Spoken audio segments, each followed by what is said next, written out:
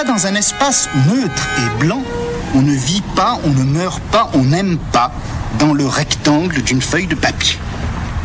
On vit, on meurt, on aime dans un espace quadrillé, découpé, bariolé, avec des zones claires et sombres, des différences de niveau, des marches d'escalier, des creux, des bosses, des régions dures et d'autres friables, pénétrables, poreuses. Il y a les régions de passage, les rues, les trains, les métros. Il y a les régions ouvertes de la halte transitoire, les cafés, les cinémas, les plages, les hôtels. Et puis il y a les régions fermées du repos et du chez-soi.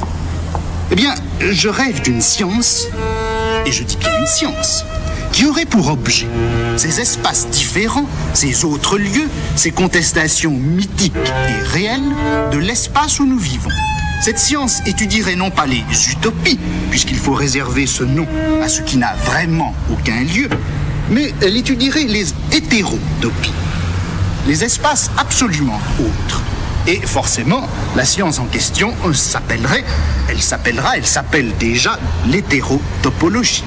Les lieux que la société ménage dans ses marges, dans les plages vides qui l'entourent, ces lieux sont plutôt réservés aux individus dont le comportement est déviant par rapport à la moyenne ou à la norme exigée.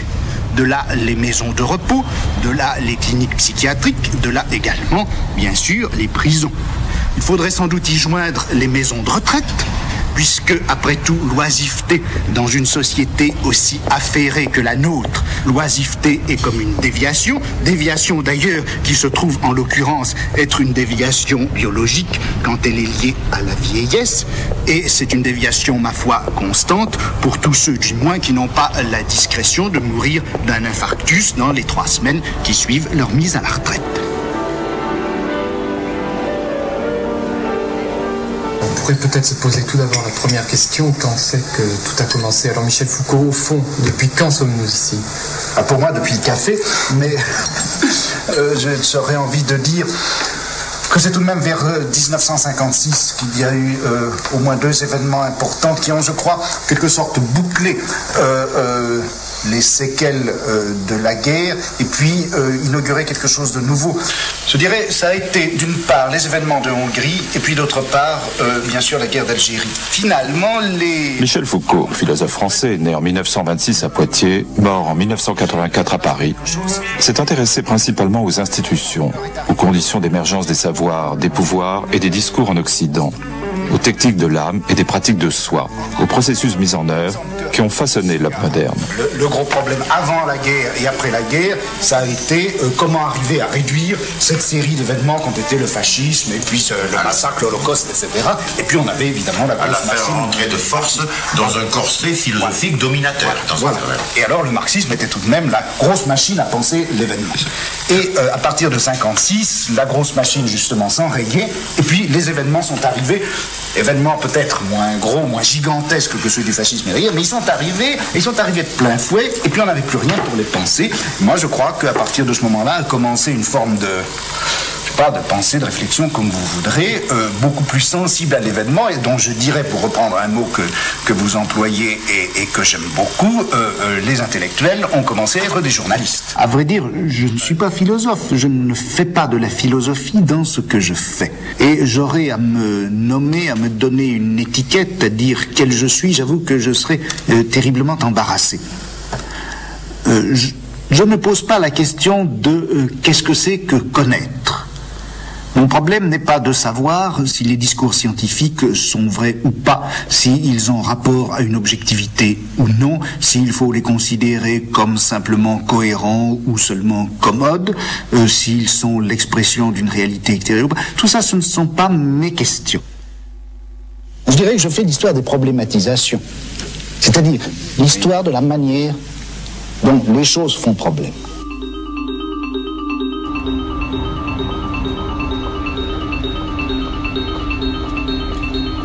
L'homme européen, depuis le fond du Moyen-Âge, a rapport à quelque chose qu'il appelle confusément folie, démence, déraison. C'est peut-être à cette présence obscure que la raison occidentale doit quelque chose de sa profondeur. En tout cas, le rapport raison-déraison constitue pour la culture occidentale une des dimensions de son originalité. Il l'accompagnait déjà bien avant Jérôme Bosch et la suivra bien après Nietzsche et Artaud.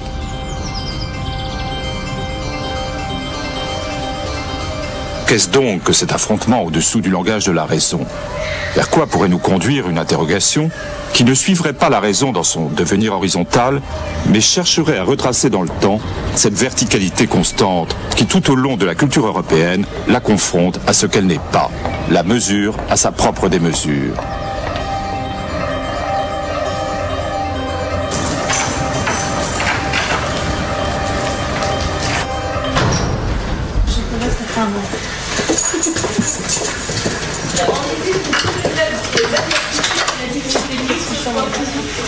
Il s'est trouvé que pour des raisons biographiques, j'ai connu ce que c'était qu'un asile, j'ai entendu ces voix-là, et j'ai été, je crois, comme quiconque, bouleversé par ces voix. Je dis quiconque, j'allais dire à l'exception des médecins. Et quand je dis à l'exception des médecins et des psychiatres, je veux dire que leur fonctionnement statutaire filtre tellement ce qu'il peut y avoir de cri dans la parole d'un fou qu'ils n'entendent plus que la part intelligible ou inintelligible du discours.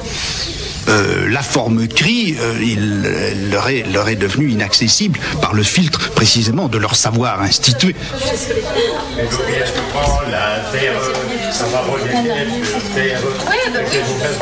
S'il a l'autorisation. Non, mais il peut appeler.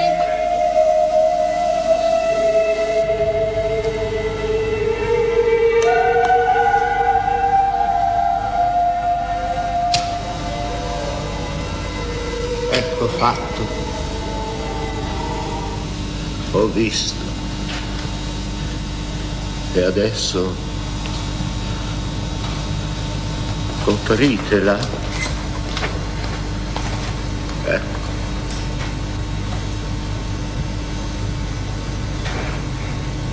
Così.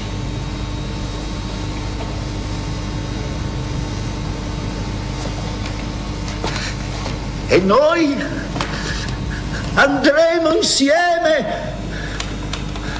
a cena domattina. Le roi Lear, c'est sans doute la très rare, la très solitaire expression d'une expérience pleinement et complètement tragique de la folie. Elle est sans équivalent aucun dans une culture comme la nôtre. Parce que notre culture, elle a toujours pris soin, au fond, de tenir la folie à distance.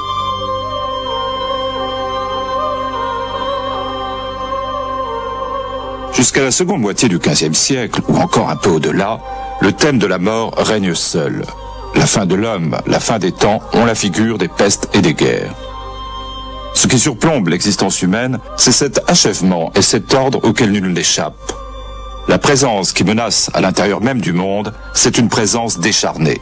Et voilà que dans les dernières années du siècle, cette grande inquiétude pivote sur elle-même. La dérision de la folie prend la relève de la mort et de son sérieux. La folie, c'est le déjà là de la mort. Mais ce qu'il y a dans le rire du fou, c'est qu'il rit par avance du rire de la mort. Et l'insensé, en présageant le macabre, l'a désarmé.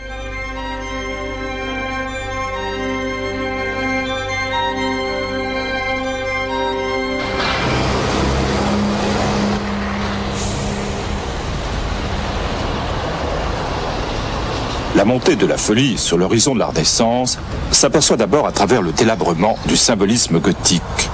Comme si ce monde, où le réseau des significations spirituelles était si serré, commençait à se brouiller, laissant apparaître des figures dont le sens ne se livre plus que sous les espèces de l'insensé. Les formes gothiques subsistent encore pour un temps, mais peu à peu elles deviennent silencieuses, cessent de dire, de rappeler, d'enseigner, et ne manifestent plus hors de tout langage possible, mais pourtant dans la familiarité du regard, que leur présence fantastique.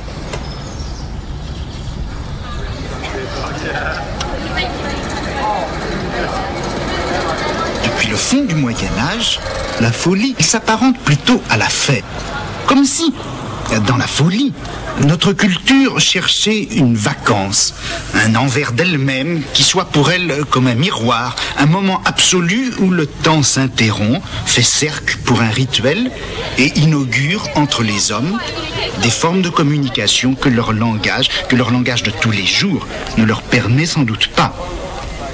La fête, au fond, c'est la merveilleuse liberté d'être, comme on dit, en folie, et de trouver au cœur de cet aveuglement l'illumination de tout un monde qui, lui, est en fête. Depuis très longtemps, depuis le haut Moyen-Âge, il y eut ce qu'on appelait une messe de l'âne qui, un peu plus tôt ou un peu plus tard, je ne sais trop, se lia à la fête des fous.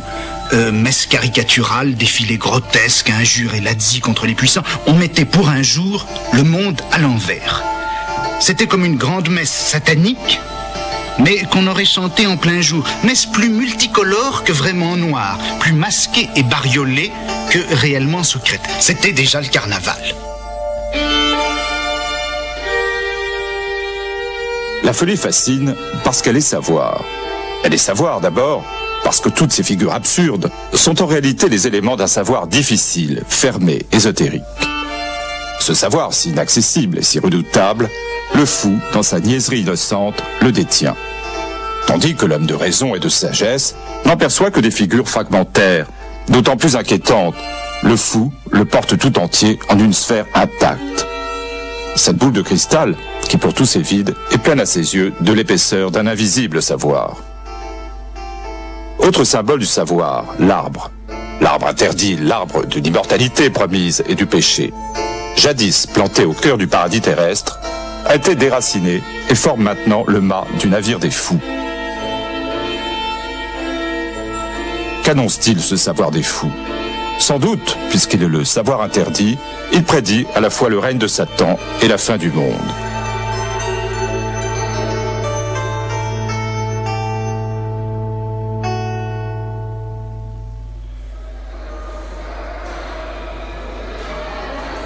Il n'y a pas de civilisation sans folie.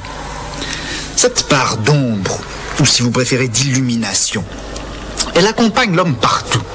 Partout où il pose des limites, partout où il établit des institutions, partout où il fixe des lois, chaque fois sans doute aussi qu'il parle. Seulement voilà, il y a des civilisations où la folie est proche parente de la religion, d'autres où elle s'apparente au contraire à la magie ou encore à la médecine. Près d'Accra, Jean Rouch a pu filmer la consommation du chien, une parodie démente de la société colonisatrice par le peuple colonisé. Un vrai sabbat, comme nos sorcières à nous, n'en ont peut-être jamais célébré. Mais c'est nous qui avons apporté avec nos gouverneurs, nos locomotives, nos mauvais commandants, cette bête pendue et crucifiée, ce baptême dans une giclée de sang, cette communion sous les deux espèces, le bouillon et la viande du chien. Et le gouverneur réunit une nouvelle conférence de la table ronde. C'est la conférence du chien. Tous les Aoukas maintenant sont venus. Il faut sacrifier le chien, il faut le manger. Le capitaine voudrait faire le sacrifice. C'est l'homme tranquille, Moukaïla Kiri, qui va quand même égorger la bête pour éviter qu'il y ait des accidents. Et le gouverneur dit, tenez-vous sage. Et le général dit, tenez-vous sage. Mais la bête est à peine égorgée que des Aoukas se précipitent pour boire directement le sang ou pour lécher la pierre.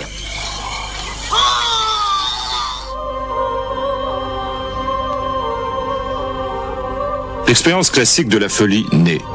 La grande menace montée à l'horizon du XVe siècle s'atténue. Les pouvoirs inquiétants qui habitaient la peinture de Bosch ont perdu leur violence. Des formes subsistent, maintenant transparentes et dociles, formant cortège, l'inévitable cortège de la raison. L'oubli tombe sur le monde que sillonnait le libre esclavage de sa nef. Elle n'ira plus d'un en deçà du monde, à un au-delà, dans son étrange passage. Elle ne saura plus jamais cette fiante et absolue limite. La voilà amarrée solidement au milieu des choses et des gens, retenue et maintenue, non plus barque, mais hôpital.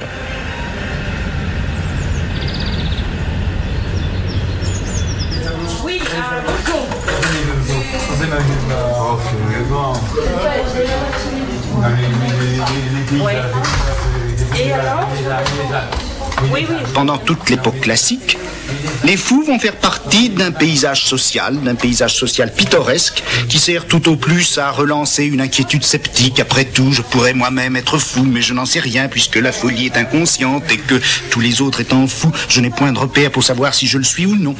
Ce qui m'intéresse dans cet âge classique, c'est un fait massif, un fait historique, sourd, qui est resté longtemps silencieux. Le voici. Un jour d'avril 1657, on a arrêté à Paris à peu près 6000 personnes. Ces gens, on les emmenait à l'hôpital général. Pourquoi? Ou bien parce qu'ils étaient chômeurs, ou parce qu'ils étaient mendiants, ils étaient inutiles. C'était des libertins, c'était des excentriques, c'était aussi des homosexuels, des fous, des insensés. Et on les envoyait à l'hôpital général sans qu'on ait pris à aucun moment contre eux une mesure juridique précise. C'était une simple précaution de police, un ordre du roi, ou encore, ce qui est plus grave à mon sens, une simple supplique de la famille suffisait à envoyer tout ce beau monde à l'hôpital, et à l'hôpital pour la vie. Cette pratique, elle a duré près d'un siècle et demi, et de cet énorme rituel d'exclusion, qu'on a rarement interrogé d'ailleurs, on n'a gardé que quelques registres poussiéreux qu'on trouve actuellement dans la bibliothèque de l'Arsenal. Et sur ces registres, qu'est-ce qu'on voit? Eh bien, la longue rhapsodie des motifs d'internement. Je crois qu'il mérite d'être écouté. 31 janvier. La porte, Charlotte. C'est une convulsionnaire. 31 janvier. Rousseau, Marie-Jeanne. Elle est folle et sans espérance de retour. 31 janvier. Mignon, Anne. Elle est servante du sieur Buquet, dont elle est grosse. 31 janvier. Dubo, Jean-François. Il ne cesse de maltraiter sa femme qui le ruine et qui l'a réduite à la misère avec un enfant. Il est livré à toutes sortes de débauches. Voyez combien la raison est laconique et impérative lorsqu'il s'agit pour elle de juger le contraire d'elle-même. La folie dont la Renaissance vient de libérer les voix, mais dont elle a maîtrisé déjà la violence, l'âge classique va la réduire au silence par un étrange coup de force. Dans le cheminement du doute, Descartes rencontre la folie à côté du rêve et de toutes les formes d'erreur. Cette possibilité d'être fou ne risque-t-elle pas de le déposséder de son propre corps, comme le monde du dehors peut s'esquiver dans l'erreur, ou la conscience s'endormir dans le rêve?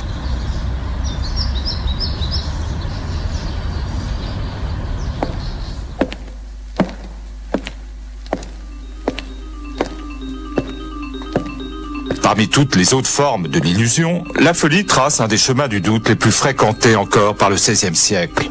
On n'est pas toujours sûr de ne pas rêver, jamais certain de n'être pas fou. Que ne nous souvient-il combien nous sentons de contradictions en notre jugement même? Or cette certitude, Descartes maintenant l'a acquise et la tient solidement. La folie ne peut plus le concerner. Ce serait extravagance de supposer qu'on est extravagant. Ainsi le péril de la folie a disparu de l'exercice même de la raison. Celle-ci est retranchée dans une pleine possession de soi, où elle ne peut rencontrer d'autres pièges que l'erreur, d'autres dangers que l'illusion. Le doute de Descartes dénoue les charmes des sens, traverse les paysages du rêve, guidé toujours par la lumière des choses vraies. Mais il bannit la folie au nom de celui qui doute, et qui ne peut pas plus déraisonner que ne pas penser et ne pas être. Désormais, la folie est exilée.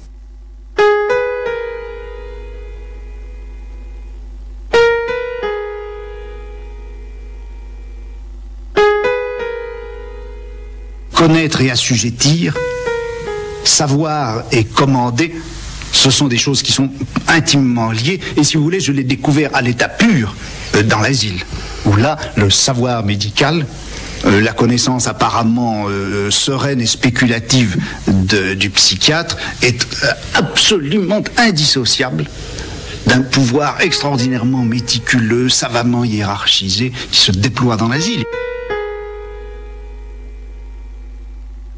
Le mot qui me paraît le plus perfide, c'est pas le mot fou. Le mot que je redoute, moi, c'est malade mental.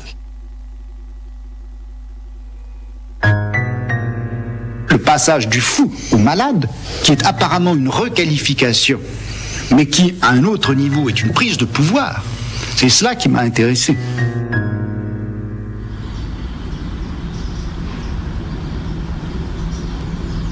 Dans son fonctionnement ou dans son propos, l'hôpital général ne s'apparente à aucune idée médicale.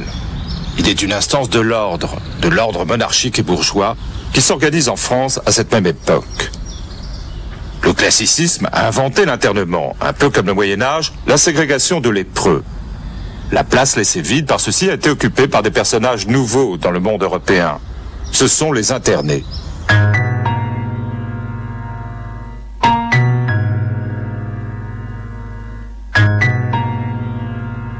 Pourquoi voir ces objets-là? Je dirais qu'il me semblait, et alors c'était peut-être là le point de référence de mon cheminement, de mon piétinement, qui était au fond la question des expériences limites. Ces formes d'expériences qui, au lieu d'être considérées comme centraux, d'être valorisées positivement dans une société, sont considérées comme les expériences limites, les expériences frontières, à partir de quoi est remis en question cela même qui est considéré d'ordinaire comme acceptable. Oui. Alors, en un sens, faire de l'histoire de la folie une interrogation sur notre système de raison. Même chose pour le crime par rapport à la loi. Au lieu d'interroger la loi elle-même, et qu'est-ce qui peut fonder la loi, prendre le crime comme le point de rupture par rapport au système. Oui. Et prendre ce point de vue-là pour interroger qu'est-ce que c'est donc la loi. Prendre la prison comme ce qui doit nous éclairer sur ce que c'est que le système pénal, plutôt que de prendre le système pénal, de l'interroger de l'intérieur, de savoir comment il s'est fondé, comment il se fonde et se justifie, pour en déduire ensuite ce qu'a été la prison. Voilà.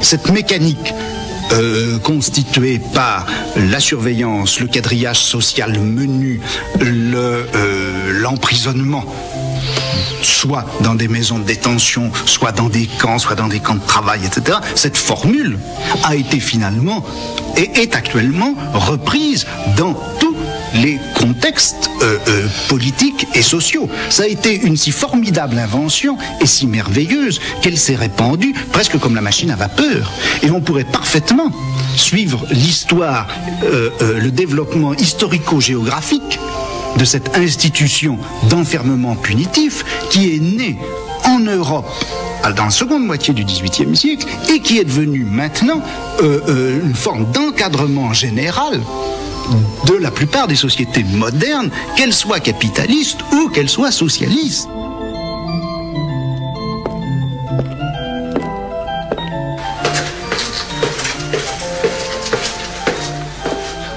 Damien avait été condamné le 2 mars 1757 à faire amende honorable devant la principale porte de l'église de Paris, où il devait être mené et conduit dans un tombereau, nu, en chemise, tenant une torche de cire ardente du poids de 2 livres.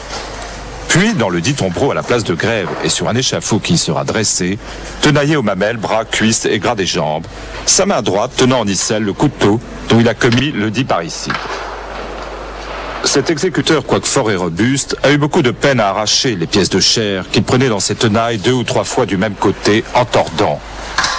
Et ce qu'il en emportait formait à chaque partie une plaie de la grandeur d'un écu de 6 livres. Après ces tenaillements, Damien, qui criait beaucoup sans cependant jurer, levait la tête et se regardait. Le même tenailleur a pris avec une cuillère de fer dans la marmite de cette drogue toute bouillante, qu'il a jetée en profusion sur chaque plaie. Enfin, on l'écarte là, raconte la Gazette d'Amsterdam.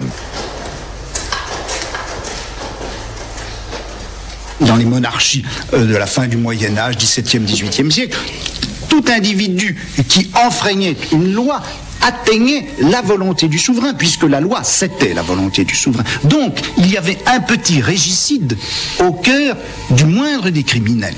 Et je crois qu'il faut considérer la grande cérémonie du supplice comme une sorte de rituel politique. Le couronnement du roi, c'était un rituel politique. Son entrée dans une ville, c'était aussi un rituel politique. Eh bien, les supplices, c'était une sorte de rituel politique beaucoup plus quotidien qui consistait à manifester la force physique, matérielle du roi dans toute son éclat et dans toute sa violence. Et le corps du supplicié devait montrer par ses plaies, les cris du supplicié devaient dans ses hurlements manifester la force éclatante du souverain.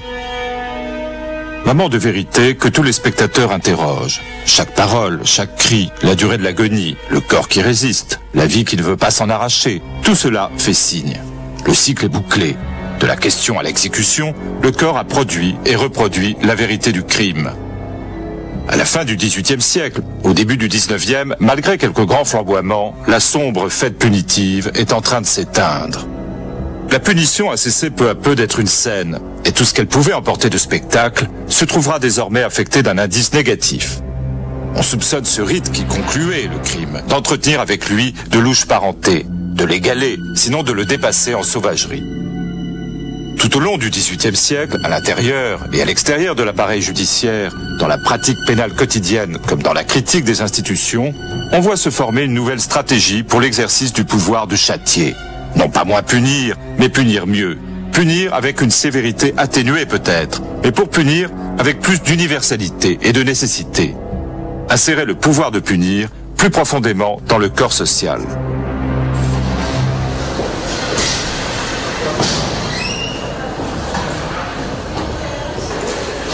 Je crois que, d'une façon plus générale, le système pénal était mis en question parce qu'il était incapable de traverser de bout en bout le corps social. Il était incapable de le quadriller de façon ténue et suffisamment déliée. Alors, nécessité, d'une part, d'une surveillance policière, bien sûr, nécessité aussi d'avoir à sa disposition un système de punition tel que on puisse l'ajuster exactement au plus petit délit, graduer cette punition en fonction de l'importance relative des délits, et enfin, troisièmement, faire en sorte que ce système ne soit pas purement et simplement éliminatoire, exil ou mort, mais que ça puisse servir à corriger les individus, de manière qu'une fois qu'ils rentrent dans le corps social, ils soient améliorés, amendés. Quelle est pour vous la fonction d'un juge dans notre société? À quoi ils servent? Si j'étais méchant, bon, je ne le suis pas, alors je le dirais tout de même, ils servent au fond à permettre à la police de fonctionner. La justice, elle n'est pas faite pour autre chose que d'enregistrer au niveau officiel, au niveau légal, au niveau rituel aussi, ces contrôles qui sont essentiellement des contrôles de normalisation et qui sont assurés par la police.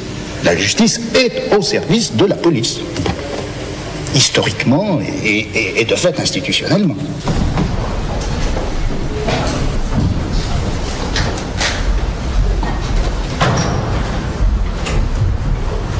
L'audience est ouverte, vous pouvez vous asseoir. Alors au fond, quand le juge demande à l'accusé de se reconnaître coupable, d'accepter sa faute, littéralement de s'humilier devant lui, au fond, le juge, on a l'impression qu'il veut effectivement piétiner l'accusé. Moi je dirais, c'est tout le contraire, il lui demande un formidable service. Il demande à l'accusé de lui dire au fond ceci: eh bien oui, monsieur le juge, ce n'est pas tellement vous qui jugez, c'est la société tout entière, c'est cette société à laquelle j'appartiens, et par conséquent, si je réclame ma peine, c'est donc moi qui me punis moi-même, et ce n'est pas vous. Je vous innocente, vous, juge. Eh bien, c'est cela que le juge veut obtenir, c'est ce discours qu'il veut obtenir, ce discours qui l'innocente lui-même, que le juge veut obtenir quand il demande à l'accusé de montrer qu'il acceptera effectivement ses punitions.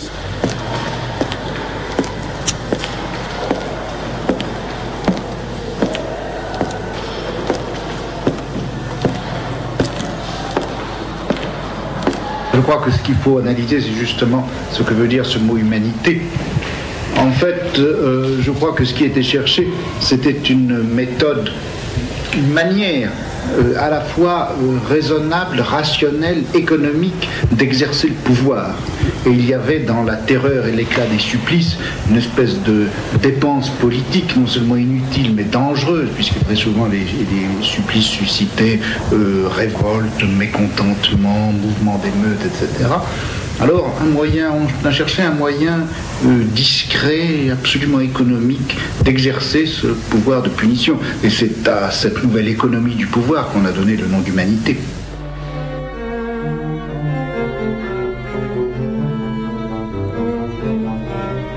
Ce que j'ai voulu faire, c'est de montrer combien finalement cette adéquation, pour nous si claire et simple, de la peine avec la privation de liberté, était en réalité quelque chose de récent.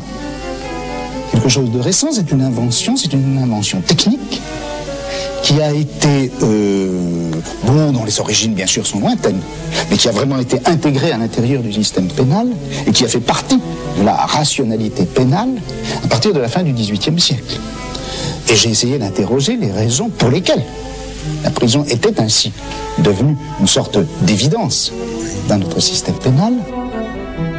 Le Panopticon de Bentham est la figure architecturale de cette composition. On en connaît le principe. À la périphérie, un bâtiment en anneau, au centre, une tour. Celle-ci est percée de larges fenêtres qui ouvrent sur la face intérieure de l'anneau. Le bâtiment périphérique est divisé en cellules, dont chacune traverse toute l'épaisseur du bâtiment. Elles ont 2 fenêtres, l'une vers l'intérieur correspondant aux fenêtres de la tour, l'autre donnant sur l'extérieur, permet à la lumière de traverser la cellule de part en part. Il suffit alors de placer un surveillant dans la tour centrale et dans chaque cellule d'enfermer un fou, un malade, un condamné, un ouvrier ou un écolier. Le panoptique est une machine à dissocier le couple voir être vu. Dans l'anneau périphérique, on est totalement vu, sans jamais voir. Dans la tour centrale, on voit tout, sans être jamais vu. Dispositif important, car il automatise et désindividualise le pouvoir. Celui-ci a son principe moins dans une personne que dans une certaine distribution concertée des corps, des surfaces, des lumières, des regards. Dans un appareillage dont les mécanismes internes produisent le rapport dans lequel les individus sont pris. Peu importe par conséquent qui exerce le pouvoir. Un individu quelconque, presque pris au hasard, peut faire fonctionner la machine. À défaut du directeur, sa famille, son entourage, ses amis, ses visiteurs, ses domestiques même. Tout comme est indifférent le motif qui l'anime. La curiosité d'un indiscret, la malice d'un enfant, l'appétit de savoir d'un philosophe qui veut parcourir ce muséum de la nature humaine, ou la méchanceté de ceux qui prennent plaisir à épier et à punir. Le dispositif panoptique aménage des unités spatiales qui permettent de voir sans arrêt et de reconnaître aussitôt. En somme, on inverse le principe du cachot, ou plutôt de ses 3 fonctions, enfermé, privé de lumière et caché. On ne garde que la première et on supprime les 2 autres. La pleine lumière et le regard d'un surveillant captent mieux que l'ombre qui est finalement protégée. La visibilité est un piège.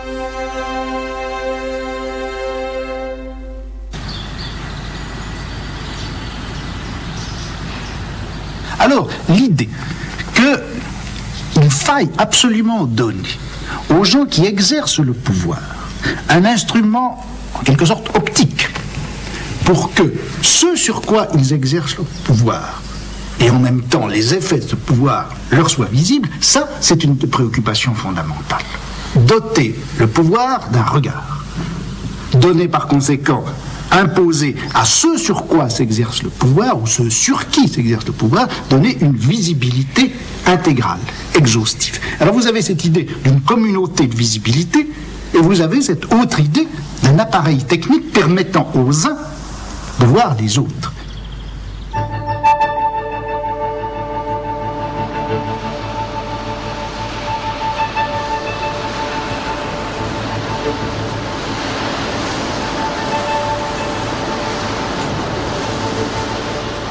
La mise en série des activités successives permet tout un investissement de la durée par le pouvoir. Possibilité d'un contrôle détaillé, d'une intervention ponctuelle, de différenciation, de correction, de châtiment, d'élimination en chaque moment du temps. Possibilité de caractériser, donc d'utiliser les individus selon le niveau qui est le leur dans les séries qu'ils parcourent. Possibilité de cumuler le temps et l'activité, de les retrouver totalisés et utilisables dans un résultat dernier, qui est la capacité finale d'un individu. On ramasse la dispersion temporelle pour en faire un profit et on garde la maîtrise d'une durée qui échappe. Le pouvoir s'articule directement sur le temps, il en assure le contrôle et en garantit l'usage. D'un mot, les disciplines sont l'ensemble des minuscules inventions techniques qui ont permis de faire croître la grandeur utile des multiplicités en faisant décroître les inconvénients du pouvoir qui, pour les rendre justement utiles, doit les régir.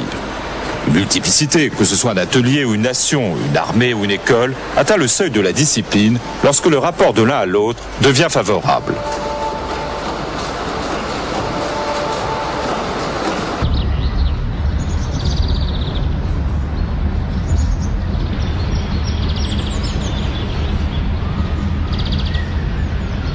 La manière dont s'exerce le pouvoir dans les sociétés modernes, c'est que les gens n'y ont pas, bien sûr, n'y ont plus exactement un statut de naissance. Ils bénéficient simplement de fait des avantages qu'ils peuvent avoir à leur naissance. Ils n'ont pas de statut de naissance. En revanche, ils sont perpétuellement mis en fiche et classés les uns par rapport aux autres. J'avais pris cet exemple qui me paraissait très typique. C'était un règlement qui vaut pour l'école militaire qui avait été fondée en France en 1753 et où les jeunes futurs officiers sont traités avec une espèce, on ne peut pas dire exactement de dureté, mais de méticulosité qui est très très frappante. Ils sont perpétuellement surveillés dans leurs chambres, dans les dortoirs, dans les lavabos, dans les cours de récréation, partout.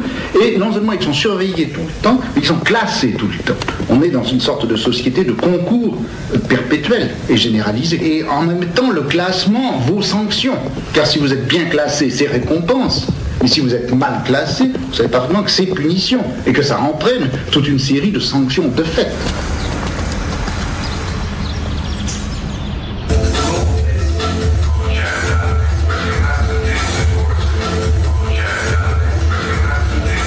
Notre société n'est pas celle du spectacle, mais de la surveillance. Sous la surface des images, on investit les corps en profondeur. Derrière la grande abstraction de l'échange, se poursuit le dressage minutieux et concret des forces utiles. Les circuits de la communication sont les supports d'un cumul et d'une centralisation du savoir. Le jeu des signes définit les ancrages du pouvoir. La belle totalité de l'individu n'est pas amputée et réprimée, altérée par notre ordre social. Mais l'individu y est soigneusement fabriqué selon toute une tactique des forces et des corps. Nous sommes bien moins grecs que nous ne le croyons. Nous ne sommes ni sur les gradins ni sur la scène, mais dans la machine panoptique, investie par ces effets de pouvoir que nous reconduisons nous-mêmes, puisque nous en sommes un rouage.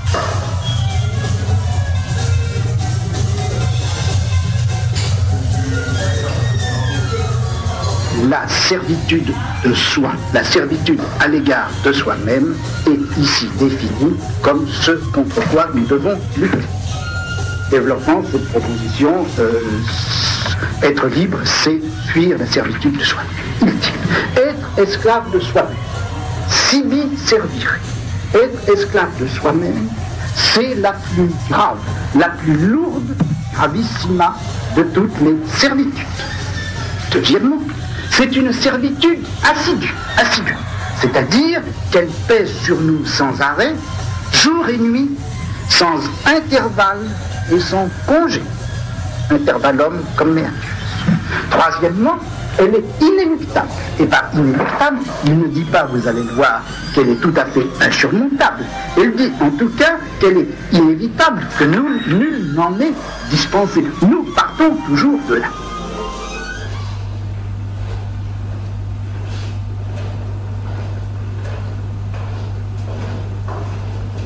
Epiméléia. Tout, c'est le souci de soi-même, c'est le fait de s'occuper de soi-même, de se préoccuper de soi-même. Se soucier de soi-même implique que l'on convertisse son regard de l'extérieur, des autres, du monde, etc., vers soi-même. L'épiméléia désigne aussi toujours un certain nombre d'actions que l'on exerce de soi sur soi, d'actions par lesquelles on se prend en charge, par lesquelles on se modifie, par lesquelles on se purifie, par lesquelles on se transforme et on se transfigure. Or, dans toute cette pensée antique dont je vous parle, que ce soit chez Socrate ou que ce soit chez Grégoire de Nysse, de toute façon, s'occuper de soi-même a toujours un sens positif, jamais un sens négatif. Et paradoxe supplémentaire, c'est à partir de cette injonction de s'occuper de soi-même que se sont constituées les morales sans doute les plus austères, les plus rigoureuses, les plus restrictives que l'Occident ait connues, et dont je vous répète qu'il ne faut pas les attribuer au christianisme, mais qu'il faut les attribuer beaucoup plutôt à la morale des premiers siècles avant notre ère.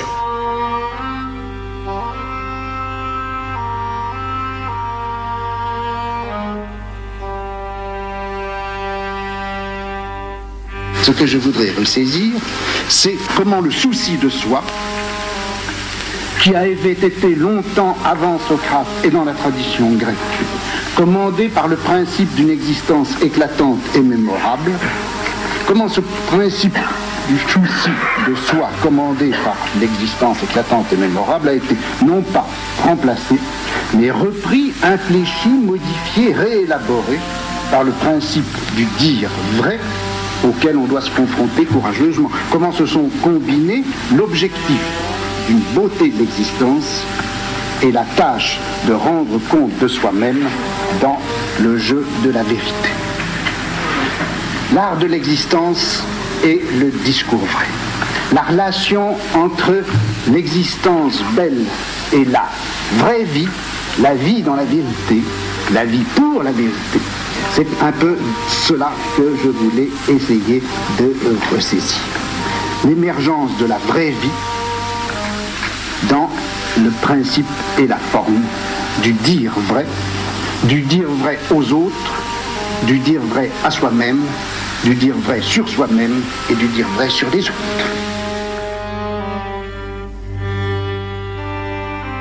Ce qui fait qu'un discours moral n'est qu'un discours moral, c'est qu'il se borne à prescrire des principes et les normes de conduite. Ce qui fait qu'un discours philosophique est autre chose, c'est qu'il ne pose jamais la question de la vérité, sans s'interroger en même temps sur les conditions de se dire vrai, c'est qu'il pose aussi la question des structures politiques à l'intérieur duquel se dire vrai aura le droit, la liberté et le devoir de se prononcer.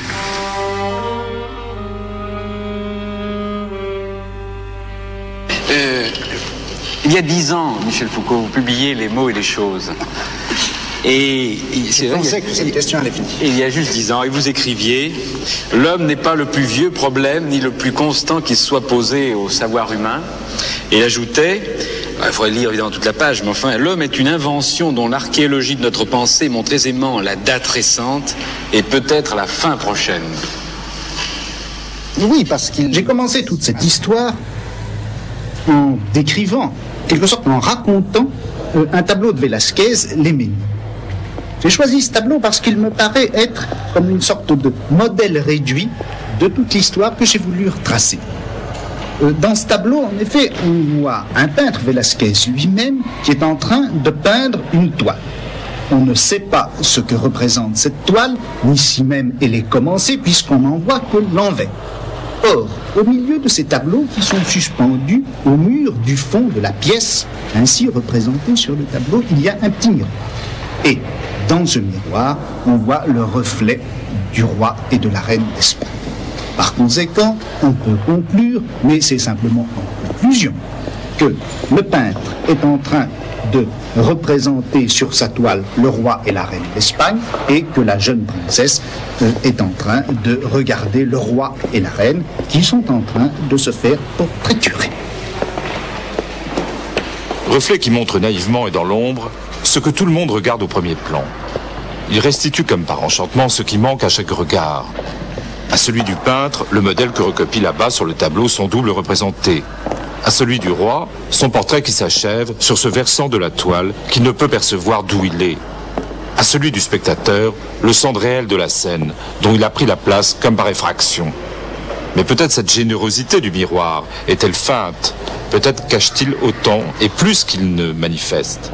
Eh bien, au XVIIe siècle, au fond, ce n'était jamais l'homme lui-même, le roi, qui était présent à l'intérieur même du savoir et de la connaissance. Il était en quelque sorte repéré de l'extérieur par tout un système de repères et d'analyse. On étudiait les représentations, l'imagination, le cœur, les passions, etc.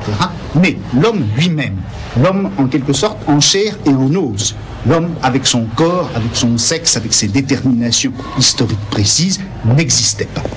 Il n'était là qu'à l'état de représentation, il n'était pas jamais là lui-même. Peut-être y a-t-il dans ce tableau de Velázquez comme la représentation de la représentation classique et la définition de l'espace qu'elle ouvre. Ce sujet même, qui est le même, a été élidé. Et libre enfin de ce rapport qu'il enchaînait, la représentation peut se donner comme pure représentation.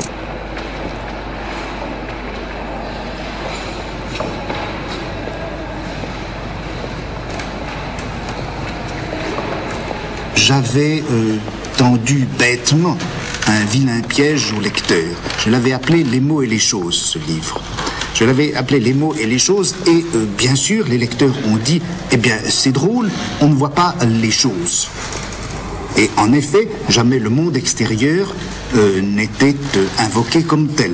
Je parlais par exemple de l'histoire naturelle, mais je n'ai jamais décrit les animaux ou les plantes elles-mêmes, je n'ai jamais fait intervenir l'objectivité des animaux et des plantes dans l'analyse du discours des naturalistes.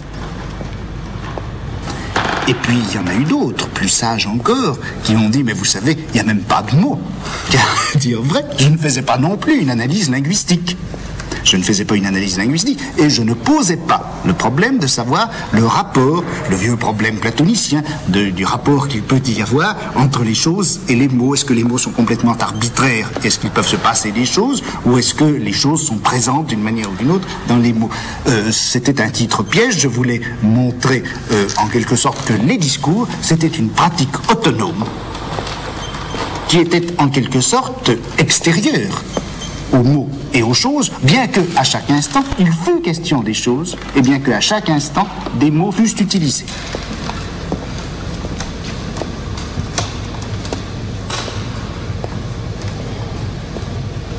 Eh bien, je crois que l'homme a été, sinon un mauvais rêve, sinon un cauchemar, du moins une figure très particulière, très déterminée, historiquement située à l'intérieur de notre culture. Avant le XIXe siècle, on peut dire que l'homme n'existait pas. Ce qui existait, eh bien, c'était un certain nombre de problèmes, c'était un certain nombre de formes de savoir et de réflexion, où il était question de la nature, où il était question de la vérité, où il était question du mouvement, il était question de l'ordre, il était question de l'imagination, il était question de la représentation, etc. Mais il n'était pas, à vrai dire, question de l'homme. Au début du XVIIe siècle, en cette période qu'à tort ou à raison on a appelée baroque, la pensée cesse de se mouvoir dans l'élément de la ressemblance. La similitude n'est plus la forme du savoir, mais plutôt l'occasion de l'erreur. L'âge du semblable est en train de se refermer sur lui-même. Derrière lui, il ne laisse que des jeux.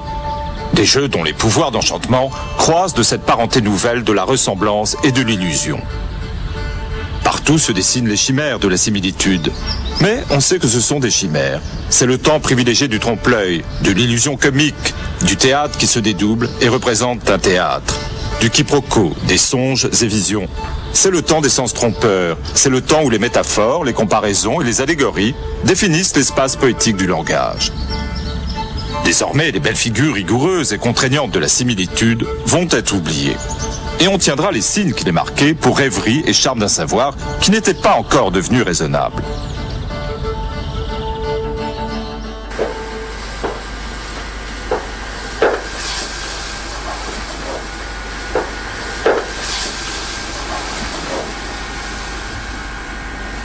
La critique cartésienne de la ressemblance, c'est la pensée classique excluant la ressemblance comme expérience fondamentale et forme première du savoir, dénonçant en elle un mixte confus qu'il faut analyser en termes d'identité et de différence, de mesure et d'ordre.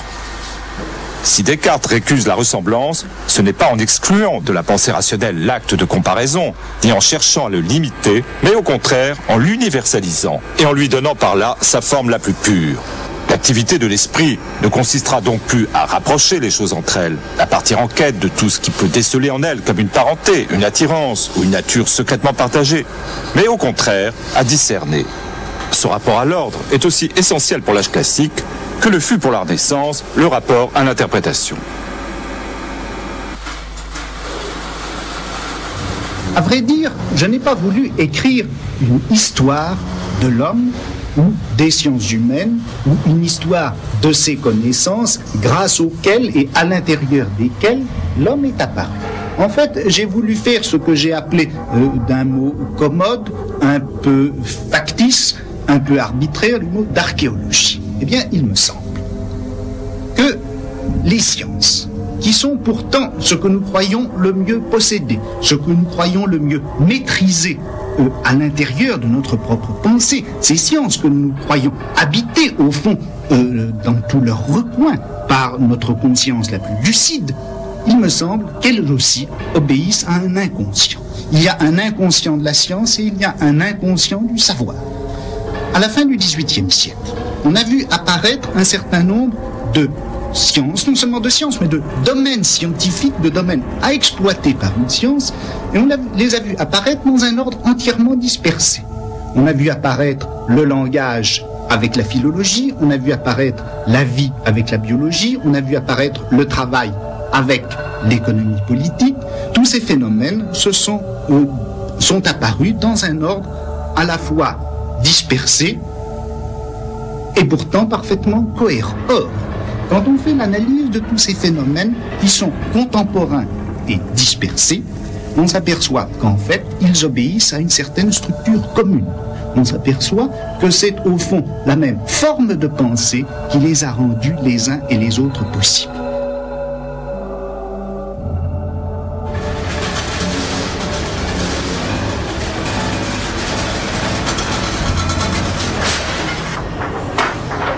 À partir du XVIIe siècle, tout le domaine du signe se distribue entre le certain et le probable. C'est-à-dire qu'il ne saurait plus y avoir du signe inconnu, point de marque muette. On peut définir maintenant les instruments que prescrit à la pensée classique le système des signes. C'est lui qui introduit dans la connaissance la probabilité, l'analyse et la combinatoire, l'arbitraire justifié du système. C'est lui qui donne lieu à la fois à la recherche de l'origine et à la calculabilité, à la constitution de tableaux fixant les compositions possibles et à la restitution d'une genèse à partir des éléments les plus simples. C'est lui qui rapproche tout savoir d'un langage et cherche à substituer à toutes les langues un système de symboles artificiels et d'opérations de nature logique.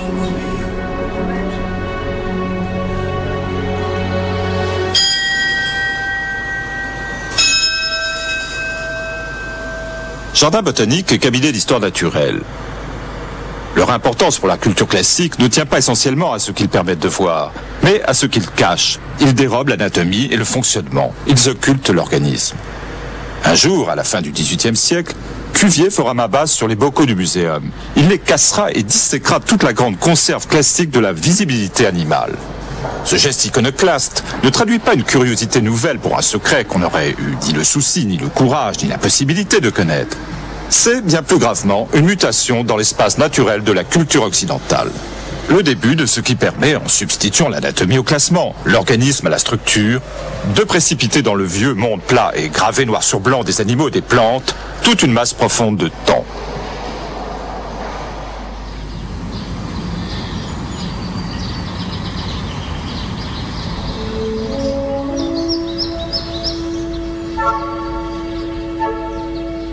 Le système délimite, parmi les éléments que sa description juxtapose avec minutie, tel ou tel d'entre eux.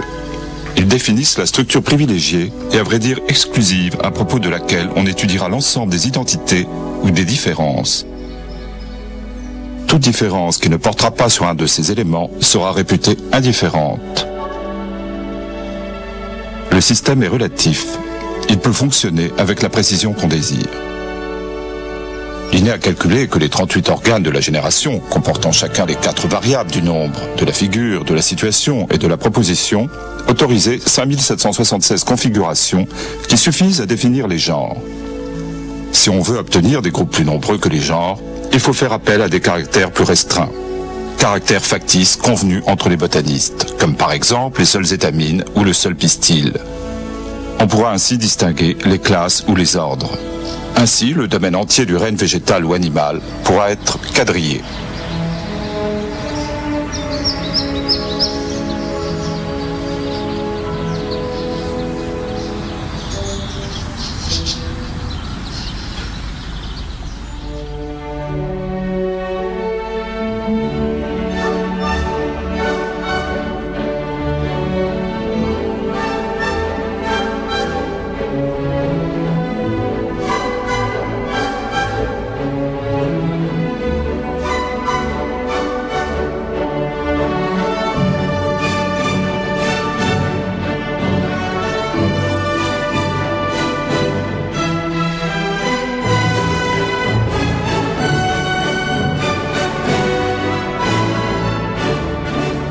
L'histoire, on le sait, c'est bien la plage la plus érudite, la plus avertie, la plus éveillée, la plus encombrée peut-être de notre mémoire.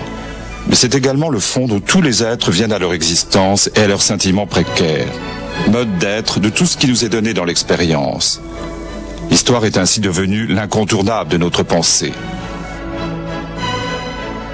Il a bien fallu un événement fondamental, un des plus radicaux sans doute, qui soit arrivé à la culture occidentale pour que se défasse la positivité du savoir classique et que se constitue une positivité dont nous ne sommes sans doute pas entièrement sortis.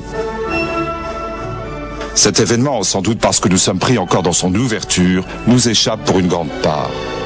La constitution de tant de sciences positives, l'émergence de l'histoire à la fois comme savoir et comme mode d'être de l'empiricité ne sont qu'autant de signes d'une rupture profonde.